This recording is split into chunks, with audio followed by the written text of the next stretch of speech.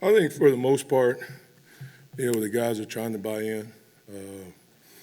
Obviously, we're a work in progress. There's room for improvement all across the board, including coaching. So we've all got to hold ourselves to a higher standard and understand what that standard is, and just understand that there's no shortcuts to success. It's going to happen through adversity and how you handle adversity when you put yourself in adverse situations. Are you going to find a way to fight and win, or are you going to find a way to lose? And that's what we got to change, that mentality, where, hey, we're going to find a way to win when the game's on the line. And it's a process. They got to embrace it, and we've got to do a better job to holding everybody to those standards. Coach, after the scrimmage the other day, Coach Heupel talked about just the accountability being a lot different in your room from the spring. How have you kind of seen that with your guys over the course of the past few months coming into camp?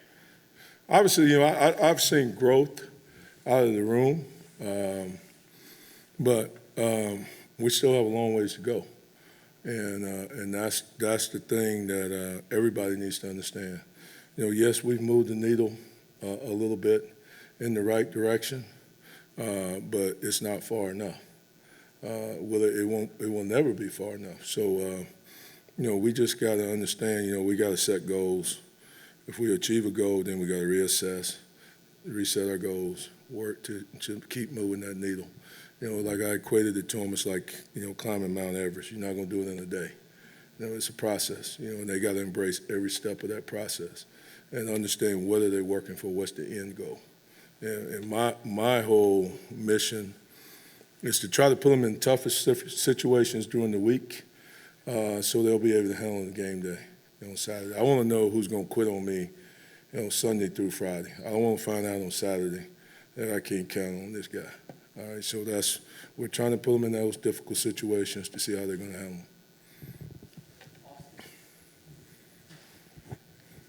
Coach, you have a couple of new guys in your room, and Caleb Tremblay and DJ Terry. What do those guys bring? What do you like about their games, and how have they kind of acclimated themselves to your room? I mean, they're great guys. They definitely have brought some positive energy. But I think they would be the first to tell you that this league's a little bit different. The intensity, the accountability, what we're expecting out of practice, how we work every day. They still have got to get acclimated to the standards and the intensity and how we're going to perform and how we're going to attack the day. And just, I'm never going to be, satisfied with them being average, and I'm not going to apologize to them for pushing them to try to strain them to be great. That's something I will never apologize to them for. I mean, because when they came to Tennessee, they didn't say they wanted to come to Tennessee and be average. Not one of them. Say, I want to come in and be an average player. They all had goals, dreams, aspirations, and it's my job to try to help them reach that.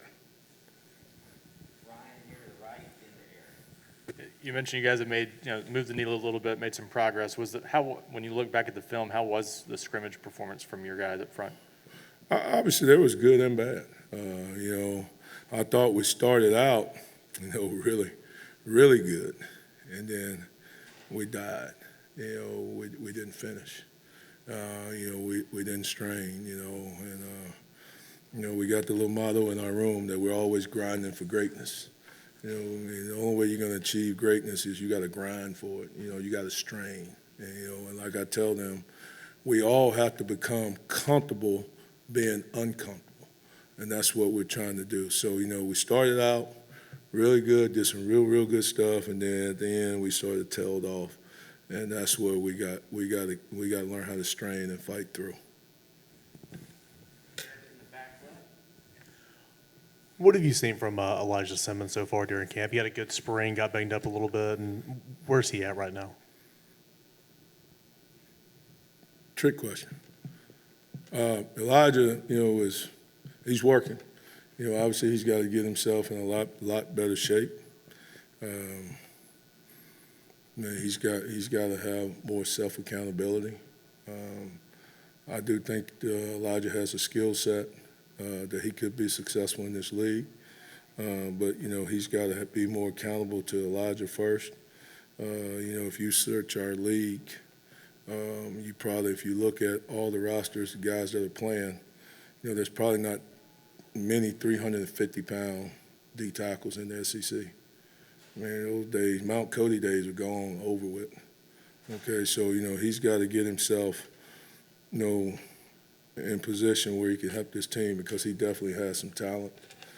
So, he's just got to have a lot more self-accountability. And we got to help him get there, and we just got to keep pushing the needle and moving it the right way. But he is a kid that has talent, and obviously he could help the team. But we got to get him where he can help us and be able to fight through it and push it.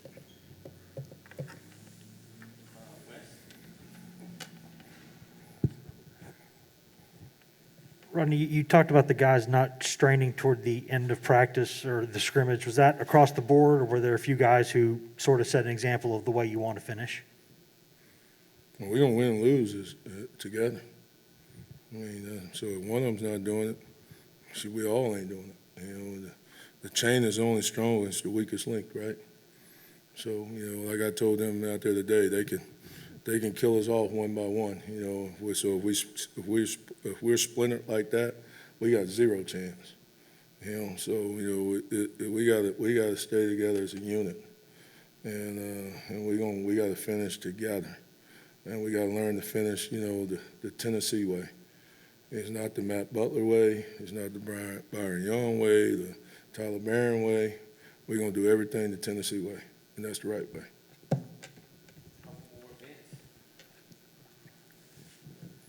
You mentioned Tyler Barron, Byron Young. Sometimes you have those Leos there at your position. What have you seen from them, including from a pass rush standpoint? Obviously, they've gotten better. We got to get better with the technical aspects. We've been spending a lot more time working on our pass rush technique. Obviously, pass rush, it starts with you get off. It's all about feet and hands. Learning how to flip your hips. Just doing those technical things that it takes to be successful, to get on the edge, and then learn how to, dip that inside shoulder, point that knee and toe, and accelerate through and finish on the quarterback. But it all starts with you get off, So, if you got bad get off, that's the difference between a pressure and a sack. So, we've been spending a lot more time here the last 4-day block of practice, focusing on pass rush. And, now we're going into our third block, 4-day block, and, we're trying to split it up. The first 4 was mostly run emphasis. Now we're trying to, balance it up, run and pass, because obviously we got to get good in both areas. So, the Leos, the ends, they're all interchangeable. And obviously when we're running our pass rush games, those guys are interchangeable. Then when we also get into our rabbits, we're going to take some outside guys, put them inside. We'll do vice versa. We're going to do everything. So everybody has to know what to do in every position. One of those younger guys, Marty Thomas, how's he looked so far this year, and where does he still need to maybe continue to progress? He's got to get better, playing in good football position, being a natural knee bender. Obviously, he struggles. He's a taller guy. He's got to learn how to play behind his pads. And that's something that I'm stressing to him every day. Obviously having Richard Seymour, Marcus Stroud, Derek Brown, I've had taller guys, all right? So, they have to be very, very, very conscientious of their pad level. So even when he thinks he's low, he's not low. He needs to get lower. And it has to become more natural, okay? So, he can't be a waist bender. He has to be a knee bender. So now he can move, change direction, and do the things in a football functional position, that D lineman can do it and change all the different directions and do the things that we're asking them to do. All right, thank you.